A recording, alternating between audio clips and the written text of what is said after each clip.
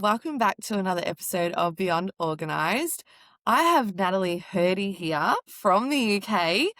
She is a strength and conditioning coach and she's had a business for nearly 20 years. Her mission is to get a barbell in the hands of every busy woman who wants to feel strong, capable, and confident. She is also a competitive power lifter for Team Great Britain. So I'm very excited to introduce you all, and hopefully we can all learn something that will encourage us on our own health and fitness journey. So welcome, Natalie. Thank you for having me. You are so welcome. It's so good to have you here. We haven't had a lot of people that have talked on fitness in particular and all of that. So I'm very excited to hear what you have to say. And so I'm going to kick it off by saying, what inspired you to do what you are doing? When I was young, my parents put me into sport just to kind of keep me off the streets, keep me out of trouble. You make sure I was active and learn other skills that I wasn't necessarily going to learn at school. And my mom's side of the family are very sporty, but not my mom. And my dad is very sporty, but not his side of the family. It's very odd. Well, that's funny. So they put me in football really young, but they also put me into other things. Football became the thing that I wanted to do. And I grew up mainly playing that. And then when I was about to turn professional, I got a really bad injury and that all sort of ended that. Nosedived. Oh no. And when they say you should have a plan B. Well, I was 15. I didn't have a plan B. I was still at school.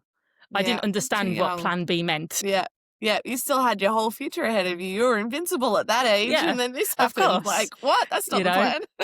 Yeah, absolutely. I was like, I've got this far through hormonal changes, through school, through like the hardest part of my life. I can take on anything in life. Right? If I can get through this, I can get through anything. Yeah. I remember that.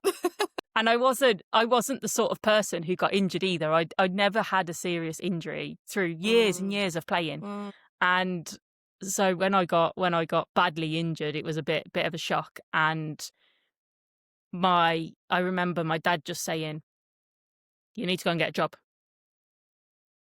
You just need to go and get a job." So I thought, what is it that I actually want to do? And I thought, well, my coach inspired me. And it was in the days where coaches were allowed to tell you off. Yeah. Quite brutally tell you off. Yeah. We had an all-girls team and a male coach. Yeah. Right? Yeah. And he would swear at you and point at you and embarrass you in front of everybody to get the best out of you. And I was like, he inspired me. He's helped me through a lot. The team, the community has helped me through a lot. So that's what I want to do. So I went scream and yell at other kids. Yep. Yeah. I went. I was like, I'm gonna. Inspire them. Yeah, I'm gonna go to college and I'm gonna do coaching. And good on you. The program that I wanted to do, the course that I wanted to do, they wouldn't accept me because they wanted 18-year-olds plus, and I was only. I was 16 when I was due to start college. So I was talking to one of the lecturers and this other lecturer overheard, and she was like, I do a personal training course. I know it's not what you want to do, but it can bridge a gap. Yep. And it just builds on it for future. Yeah. I spoke to my parents and my parents were like, look, you've got to do something. And this is probably as close as what you're going to get to what you want to do. And it will also educate you further for your coaching. Yeah. Yep. You'll have even more of a holistic approach. Yeah. Yeah. So go and do that. So I did that. And I spoke to my lecturer about work at the same time. I was like, how is it possible for me to work? And she said, go and work in a gym. So I volunteered in a gym. And it was really funny because the title they gave me was the motivator. That was my job. So it was my actual job in this gym, which was a volunteer position, was to go around the gym, just be seen and encourage people, talk to people, start conversations, ask them questions. And if they needed something, bridge the gap between what they needed and the person they needed to speak to, who was a member of staff, essentially. And I loved it. I absolutely loved it. It. Actually sounds like fun. It was. And do you know what? It zero responsibility, really. But I absolutely loved it. And when it came to doing the coaching, I did do the coaching course, but coming out of it, I was like, if I coach, I am going to be pigeonholed into one sport, one team, and one way of helping people.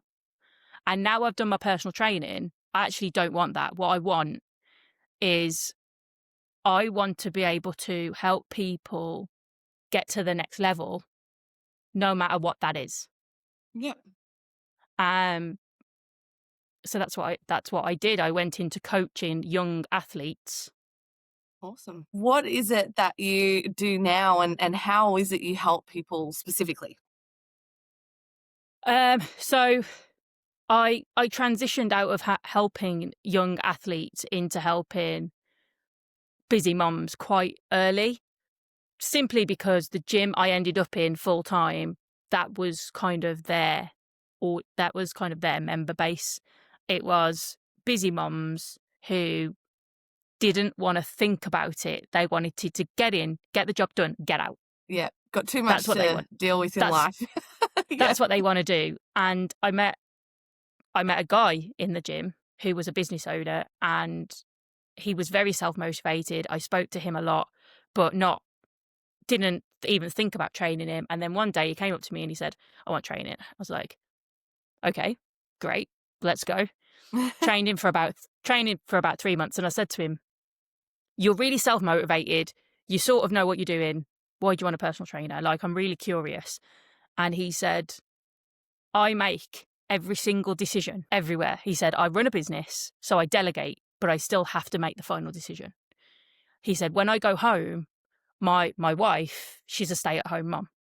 So even though she does make the decisions, I still have to sign off on everything, because if the kids need something, she needs to pay for it, which obviously I'm the only earner. I have to sign off pretty much everything. So the only decision I don't make is what I have for my tea, because my wife just cooks me tea and I eat whatever she puts in front of me.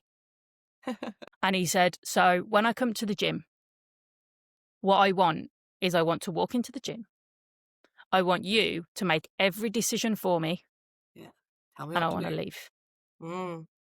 And I didn't understand it at the time. I was in my early 20s, didn't understand it. Carried on with my now, career. Isn't it? Yeah. And then I got into my 30s and I started to meet more business women, international, more business women who were mums, more high level women who were mums. Yeah.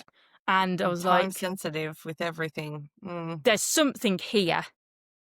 And then during lockdown, I, dove into it really deeply, and I was like, right, this is it. Decision fatigued women who want results, but they just don't know how to do it. Yeah. Without sacrificing everything else. Yeah. And that's a really good niche. That's really where good. I am. That's where I am. So if you're overwhelmed with all the decisions, and then the thought of going to the gym and going, where do I start? How do I warm up? What do I lift? What do I do? Do I do cardio? Do I do weights? How long do I do it for? How do I... Yeah, what's right for me? Walk into a busy gym and just be like, how do I get where I want to go without giving up the foods I love, without giving up my family time, without doing this? And I'm like, hi, I can either help you with that and I can guide you, or I can take it off you and just tell you. Yeah. Whether you do it or not is up to you. But I can actually take that from you and go, there you go. Yeah. And that is usually what people want. What the women want. yeah, they're like, do you know what? Even though physically I've been pushed, mentally, I feel like I've had an hour off. Mm. Mm-hmm. Yeah. And Yeah. my to-do list has just disappeared for an Yeah. hour. And that's been Good point. amazing. Mm. Absolutely amazing. You're a businesswoman, you're a mom. You understand the to-do list Yeah. is just never ending. I'm picturing it now. And I had a personal trainer for years, loved her, and then she went off and had a baby, and I did too, and then that kind of ended that for a while.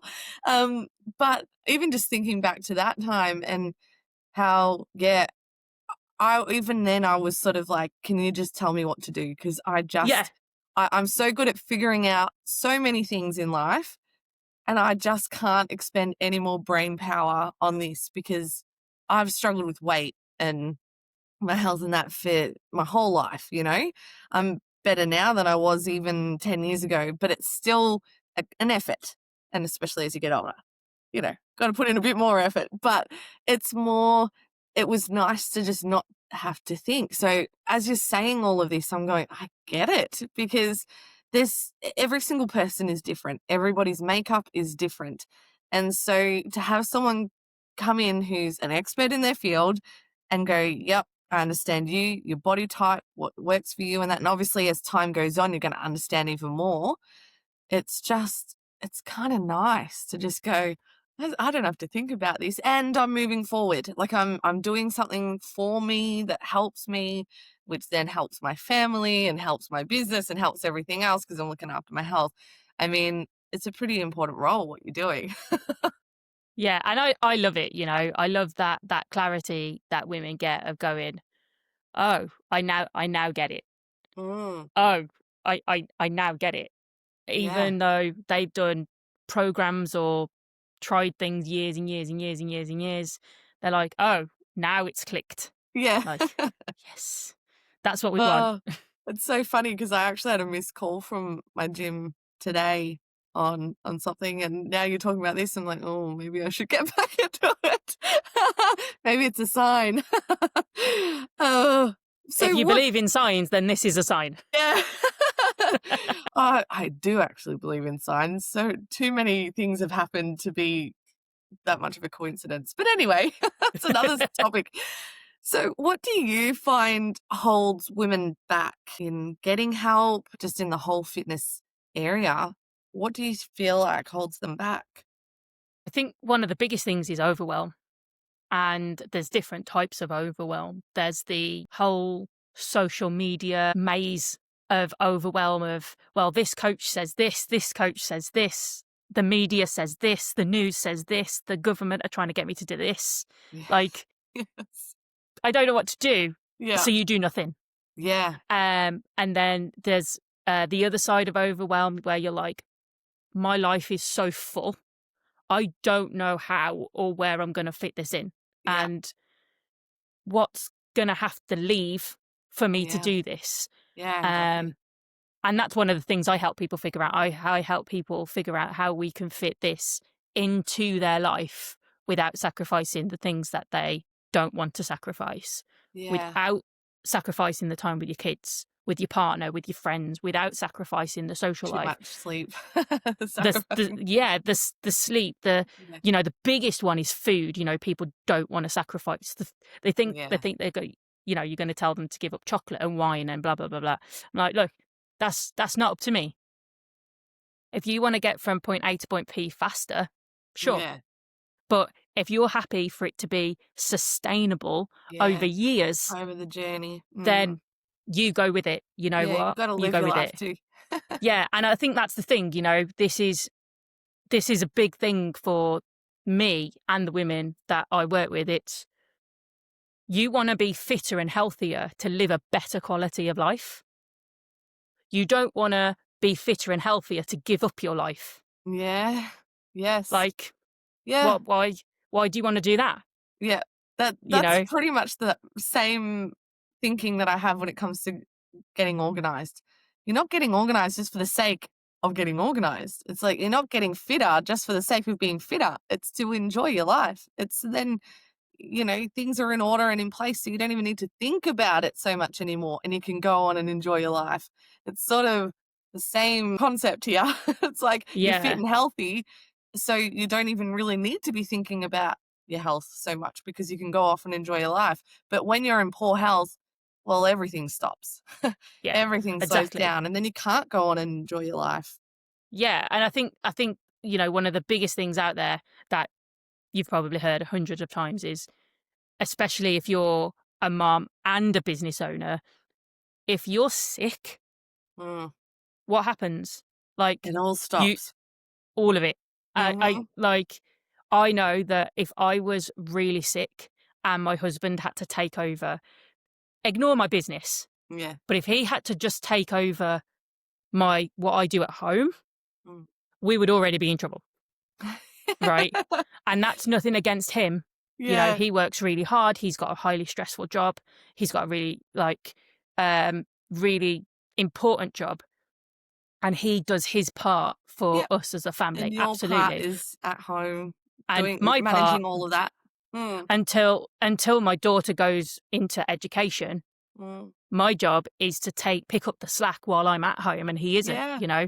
So Yep. it's nothing Same here. against him, nothing Mm, against him at all. But if he was sick, he would get sick pay. yeah.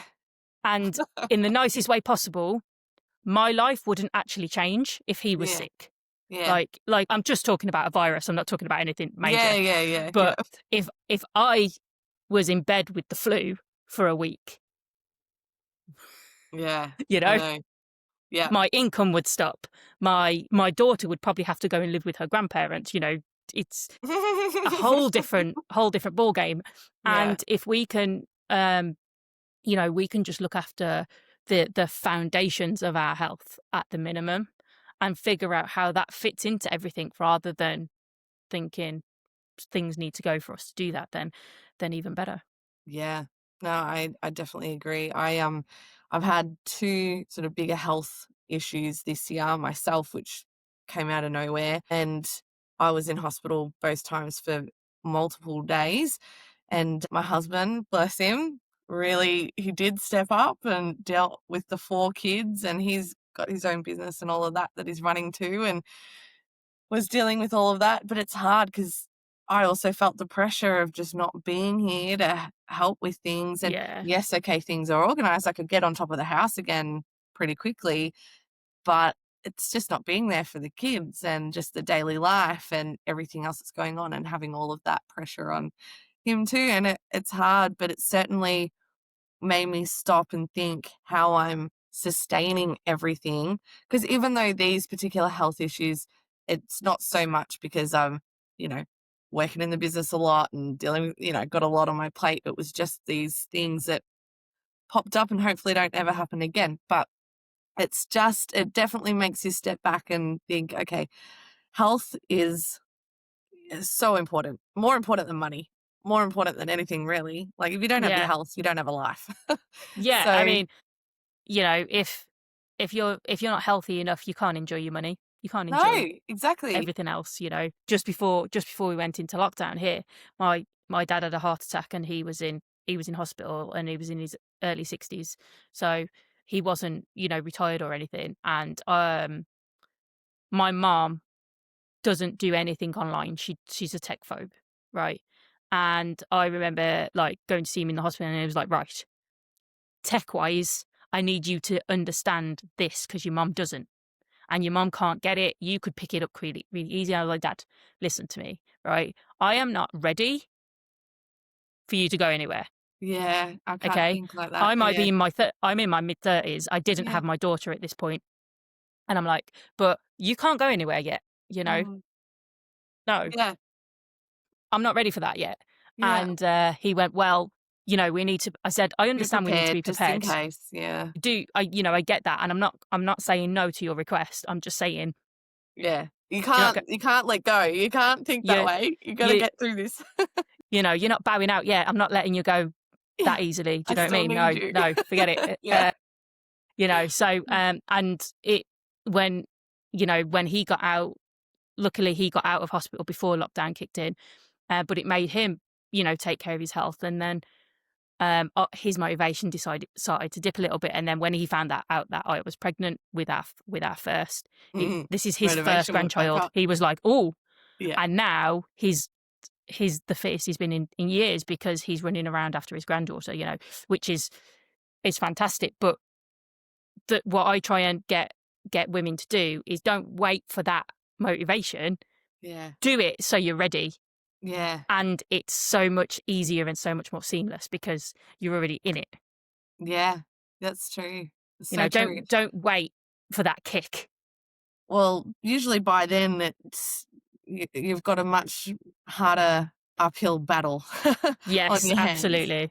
So Yeah. better if you're still just cruising, not having to go so hard uphill.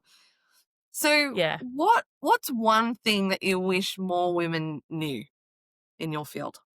Oh, how to lift weights, 100%. Don't be scared to lift. All this, there's a running joke in my circle that I am anti-cardio. And okay, I'm not anti-cardio. I personally don't do a lot of cardio because I played football for years and it completely put me off running. I'm like, I don't have to run anymore. It's great. I just understand the benefits of lifting more than the benefits of cardio. And yes, there's a place for cardio, but for, I would say, 99% of people, it's not the answer to what they're looking for. And I think, that's the thing. I get so many women come to me and they're like, well, I run and I do this and I do this, but it's not getting me anywhere. I'm like, because you're not lifting. Yeah. And they're like, and then it comes in the fear of lifting and the myths. Again, busy women, they're scared to get hurt. So they stay away from the weights. I'm like, right, none of these tiny little dumbbells. We're going to use them to warm up. And then we're going to go into the big stuff. Yeah. And they'll go white and they're, and they're like, no. I'm like, right, listen. Your body, I'm tired just holding my toddler half the time. Yeah. Like, how can I do that? Yeah. Your body is capable of so much more than you are giving it credit for. Let's just go. Yeah. Right? Let's just go. I know you're scared. That's okay. Let's go. And what I find is that women who do listen and who do lift, they'll go, oh my God, this has been the missing piece. Why haven't I been doing this for years? Yeah. They just need to get over that first step and understand that their body is more than capable of lifting heavy stuff. Yeah. And you find that works well, whether it's to lose weight, build strength, like whatever sort of the main reason is that they've come to you for? Yeah. It doesn't matter what their goal is. The majority of the time, the missing link is heavy lifting. We build more muscle. We're not going to bulk up, so you can get rid of that fear straight away, right? Yeah. It's not a thing for women. It's not natural, really. Like, no, it's really not. So get rid of that straight away. But if you heavy lift, your body can do so much more in every aspect of your life, whether it's your home life, whether it's your social life, whether it's kids or whatever. It translates just over to everything. And even, I train a lot of triathletes and marathon runners and people who do high rocks and CrossFit. I still train them with my same foundations and principles. I just change the details a little bit because they still need to lift heavy and condition their body in that way. And that's usually the missing link for everybody, regardless to what their goal is. Yeah, that's so cool. And in the beginning, I mentioned how you're a competitive power lifter. Can you touch on that before you wrap up? Yeah, sure. So, as I mentioned, I played football for a professional team, and I swam for my county. I cycled. I did a lot as a kid, and then I got injured pretty badly. And then I was in the camp of, well, now I've got a physical job. I need to worry about getting injured myself. And I was like, well, if I can't play the sport at the highest level, then I'm not going to do it. So I kind of just didn't do sport. I trained in the gym, looked after myself, kept active. And then I think I was 29 years old, and I was training myself in a gym, and this guy came up to me and he said, I'm a coach for Team GB, powerlifting team, and I would really like you to come and train with us. And I was like, Sure. you've got the wrong person, right? I was like, I'm not strong, I'm not powerful, I am not that person. I lift weights, but I don't lift heavy. Yeah. And he was like, you've got the foundations, we can get you strong. And I was like, no. Yeah. Then every couple of months he'd see me in the gym and he'd come up and be like, come on. And I'm like, no. And then there was no escaping. it was my 30th birthday coming up, and he said to me, he was like, come on, we're starting a new training cycle in September, come on. I was like, right, I am on the last 2 weeks of this current training cycle, and then I'm going to have 2 weeks to just have a break, work on my flexibility, my mobility, and give my central nervous system a proper rest. After that, I will come and I will train with the team for 1 session. If I don't hate it, I will train with you for a week, and then you need to leave me alone. Yeah. Like, I will talk to you and I will have banter with you, but you need to stop asking me after that. And he was like, deal. So September comes, I go into the gym and they're all there. And I'm like, right, this is going to be extremely embarrassing and awful. Yeah. But I've laid the bed now, so I better lie in it. We went in, warmed up, trained with them. He really coached me. He was like, your squat, this, try this, do this, your bench, and even though I lifted and I did train my chest, I never benched pressed. It wasn't part of what I did. And then deadlift, he was like, okay, your deadlift is this. Let's look at this. Let's tweak this. Let's turn this. And I was like, right, okay, great. So did that, spent a week with them. And then he was like, come on. You got to stay now. Come on. And I was like, do you know what? I've really enjoyed it. I love training on my own, but training with the team gave me something different that I didn't know that I was missing. Again. Yeah. And I was like, yeah, okay. Like right now I don't have any personal fitness goals. So, maybe increasing my weights is one. And then we got to, so that was the beginning of September. Then we got to the end of September and he said, right, I know that you do things for charity. And I'm like, what? And he said, we have got a charity competition coming up and it's in Birmingham, so it's quite local. I think you should enter. And I laughed. I was like, don't be silly. And he went, listen, it's for charity. All the money goes to charity. Just come and have a go. That's it. He said, I also know that you love Christmas and the competition is a Christmas competition, which means that you can dress up in a stupid Christmas outfit at the same time. And I was like, oh, okay. Oh, that's so ridiculously great. So I was like planning on having like elf leggings and dressing up as an elf and everything. And I was like getting ready for this. And we got to the middle of November, and I think, and I was really enjoying it. I was having a lot of banter with the team, and I was saying, "Oh my god, this weekend I'm gonna order my elf outfit for the comp." And they started laughing at me, and I was like, "What? What? Are you guys not gonna dress up? Come on!" And they were like, "Nah, this is not what it seems. This is not what it seems." And I was like, "What?" And they were like, "Have you paid your entry fee?" I'm like, "Yes." And they went, It is a charity competition. It is a Christmas competition, but he's not going to let you dress up." And I'm like, "What are you talking about?" And he was like, "No." So I went and spoke to him. I was like, "I'm going to go and get my outfit this weekend." And he went, "Okay, good." I was like, "What?" And he went, "Okay." No resistance. Okay. And I was like, "Don't make me buy an outfit that I'm not allowed to wear." And he went, "Don't buy it then."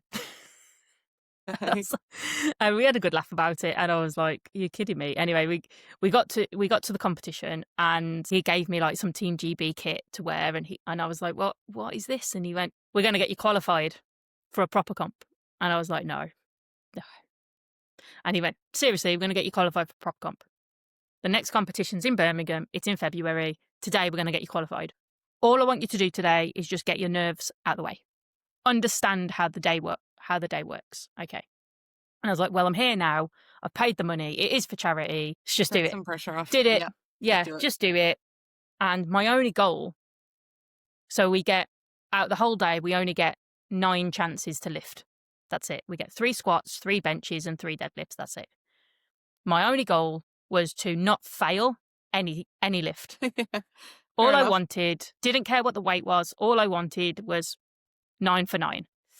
I failed 1 lift. I failed my last bench. No. But that's okay by then, because, but yeah. but that's okay because I was like, do you know what? Now I know what it's like to fail, and now I know how to deal with it because I've experienced it for real. Yeah. Which helped me to not only carry that over into the gym, but carry that into my clients' experiences as well when they failed a lift. Because when you do lift properly, failing lifts, it's going to happen. It's going to be part of the process, right? Just like in business, getting rejected is going to be part of the process, and it's a part of the process that you don't like, but you've just got to get used to it. It happens. And so yeah, I did this competition, really enjoyed it, and he was like, please enter the one for February. And I was like, yeah, okay then. Did the one for February, got really good numbers, really enjoyed the experience, and then lockdown hit. Yeah. So I was like, right, I'm going to focus on my flexibility, my mobility. I'm just going to do body weight work. That's what, I'm not going to, go and buy any equipment or anything like that because I've got no intention of training at home when the gyms are open. None. Yeah. Like, I'm not going to kid myself. It's not going to happen. So I'm not going to spend the money and do it. It's fine.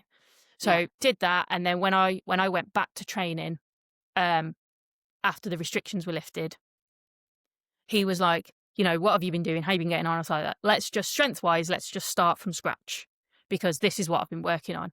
But I found that my mobility and my flexibility increased my strength so much. It made such a difference to my lifting when I went back. My numbers went up so much faster. Wow. And there's a lot of science behind that. So I do a lot of mobility and stretching in my work as well, because I know how important it is, especially for like aches, just general aches and pains and things like that. And then from there, it's just gone crazy. I went to Poland and won a gold medal. Wow, well done.